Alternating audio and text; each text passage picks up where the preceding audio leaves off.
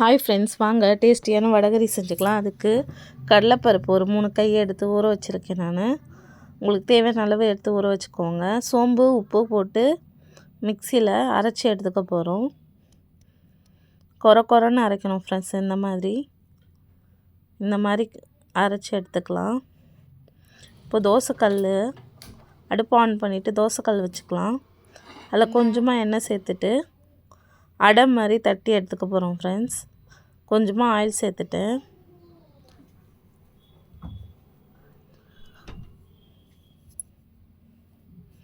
இப்போ நல்லா எண்ணெய் சூடானதுமே நம்ம பால் மாதிரி எடுத்து அப்படியே அடை மாதிரி தட்ட போகிறோம். கையில் வச்சு தட்டிட்டு போட்டுக்கலாம்.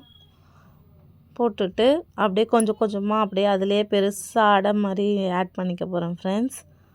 நீங்கள் எண்ணெயில் வடை மாதிரியும் சுட்டு எடுக்கலாம். இல்லைனா வடை சுட்டது நிறைய மீந்து போச்சுன்னா அதுவும் போட்டும் செய்யலாம். சரிங்களா, உங்கள் இஷ்டம் போல் செய்யலாம் ஃப்ரெண்ட்ஸ். ஆவி உருண்டை பிடிச்சி ஆவியில் போட்டும் நம்ம குழம்புல ஆட் பண்ணிக்கலாம். நான் இன்றைக்கி இந்த மெத்தடில் பண்ணியிருக்கேன் ஃப்ரெண்ட்ஸ். தோசைக்கல் அடை மாதிரி பண்ணிவிட்டு லைட்டாக வேக வச்சு கட் பண்ணி எடுத்து வச்சுக்க போகிறோம். இப்போ ஒரு சைடு வேக விட்டு எடுத்துகிட்டு திருப்பி விட்டுக்கலாம்.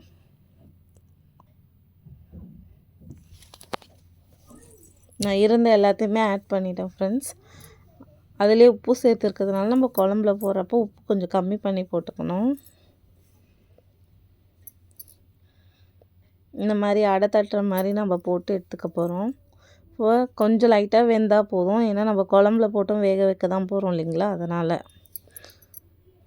போட்டால் கரையாமல் இருக்கணுன்றதுனால தான் இந்த மாதிரி பண்ணி எடுத்துக்கிறோம்.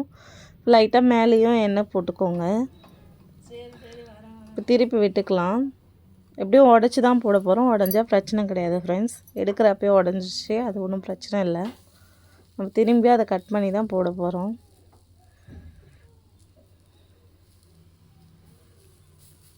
ஒரு சைடு கொஞ்சம் லைட்டாக வெந்துடுச்சு. ரொம்பலாம் வேக வைக்கணுன்ட்டு அவசியம் இல்லை ஃப்ரெண்ட்ஸ். லைட்டாக வெந்தால் போதும்.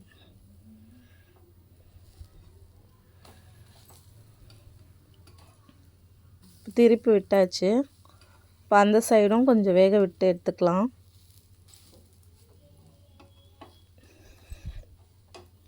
இப்போ அப்படியே அந்த சூட்டோடு இருக்கிறப்பையும் நம்ம கட் பண்ணி வச்சுக்கலாம். இல்லை ஆறுனதுக்கப்புறம் புட்டு வச்சுக்கலாம் ஃப்ரெண்ட்ஸ். உங்களோட விருப்பம்தான். இப்போ அப்படியே கட் பண்ணி எடுத்துக்கலாம். அதிலே தோசைக்கல்லே வச்சும் கட் பண்ணிக்கலாம் ஃப்ரெண்ட்ஸ். சூடாக இருக்கும். சூடாக ஆறுனதுக்கப்புறமும் நம்ம புட்டு வச்சுக்கலாம். இப்போ அவ்வளோதான் ஃப்ரெண்ட்ஸ். இதை எடுத்து சைடில் வச்சுக்க போகிறோம். தக்காளி, வெங்காயம், மிளகாத்தூள், உப்பு, எண்ணெய், பிரியாணி ஸ்பைசஸ், பிரியாணி மசாலா, மஞ்சத்தூள், புதினா, கொத்தமல்லி, கருவேப்பிலை, ஜிஞ்சர் கார்லிக் பேஸ்ட். இப்போ கடாய் ஒன்று எடுத்துக்கலாம். கடாய் நல்லா சூடாகணும். இப்போ எண்ணெய் சேர்த்துக்கலாம் ஃப்ரெண்ட்ஸ். இப்போ எண்ணெய் கொஞ்சம் சூடானதும் ஸ்பைசஸ் எல்லாமே ஆட் பண்ணிக்கலாம். இப்போ நல்லா எண்ணெய் சூடாயிடுச்சு. ஸ்பைசஸ் ஆட் பண்ண போகிறோம்.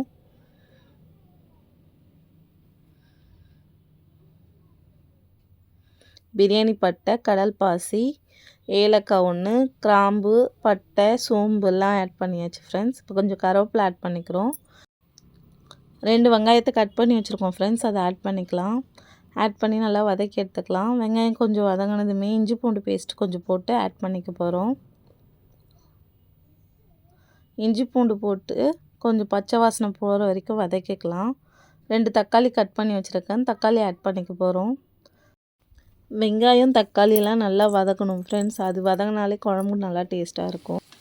வீட்டில் அரைச்ச குழம்பு மிளகாத்தூள் ஆட் பண்ணிக்க போகிறோம்.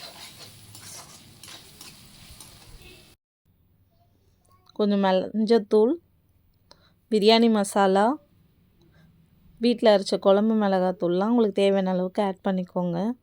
நல்லா வதக்கி எடுத்துக்கலாம். இந்த மாதிரி வதக்கினதுக்கப்புறமா தண்ணி சேர்க்க போகிறோம். இப்போ நல்லா வதங்கிடுச்சு. இப்போ தண்ணி சேர்த்துக்கலாம்.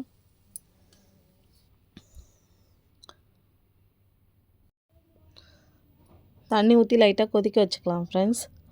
தேவையான அளவுக்கு உப்பு சேர்த்துக்கலாம். நம்ம அரைச்சதுலேயும் கொஞ்சம் உப்பு சேர்த்துருக்கோம். இப்போ அடை மாதிரி தட்டி வச்சுருக்கிறதையும் ஆட் பண்ணிக்கலாம் ஃப்ரெண்ட்ஸ். இப்போ நல்லா கொதிக்க வைக்கணும் ஃப்ரெண்ட்ஸ். நல்லா கொதித்து வரப்போ வடைக்கறி ரெடி ஆகிடும். இந்த மாதிரி கொதித்து வந்துடும். டேஸ்டியான வடைக்கறி ரெடி. லாஸ்ட்டாக கொஞ்சம் புதினா கொத்தமல்லி ஆட் பண்ணிக்கோங்க. இன்றைக்கி டின்னருக்கு வந்து நான் ஆப்பமும் கல்தோசையும் தான் ஃப்ரெண்ட்ஸ் ரெடி பண்ண போகிறேன். அது சைட்லேயே ரெடி பண்ணியாச்சு ஃப்ரெண்ட்ஸ். டேஸ்டியான வடைக்கறி ஆப்பம் ரெடி ஃப்ரெண்ட்ஸ். நீங்களும் ட்ரை பண்ணி பாருங்கள். பிடிச்சா லைக் பண்ணுங்கள், சப்ஸ்கிரைப் பண்ணுங்கள். தேங்க்ஸ் ஃபார் வாட்சிங். Thank you all.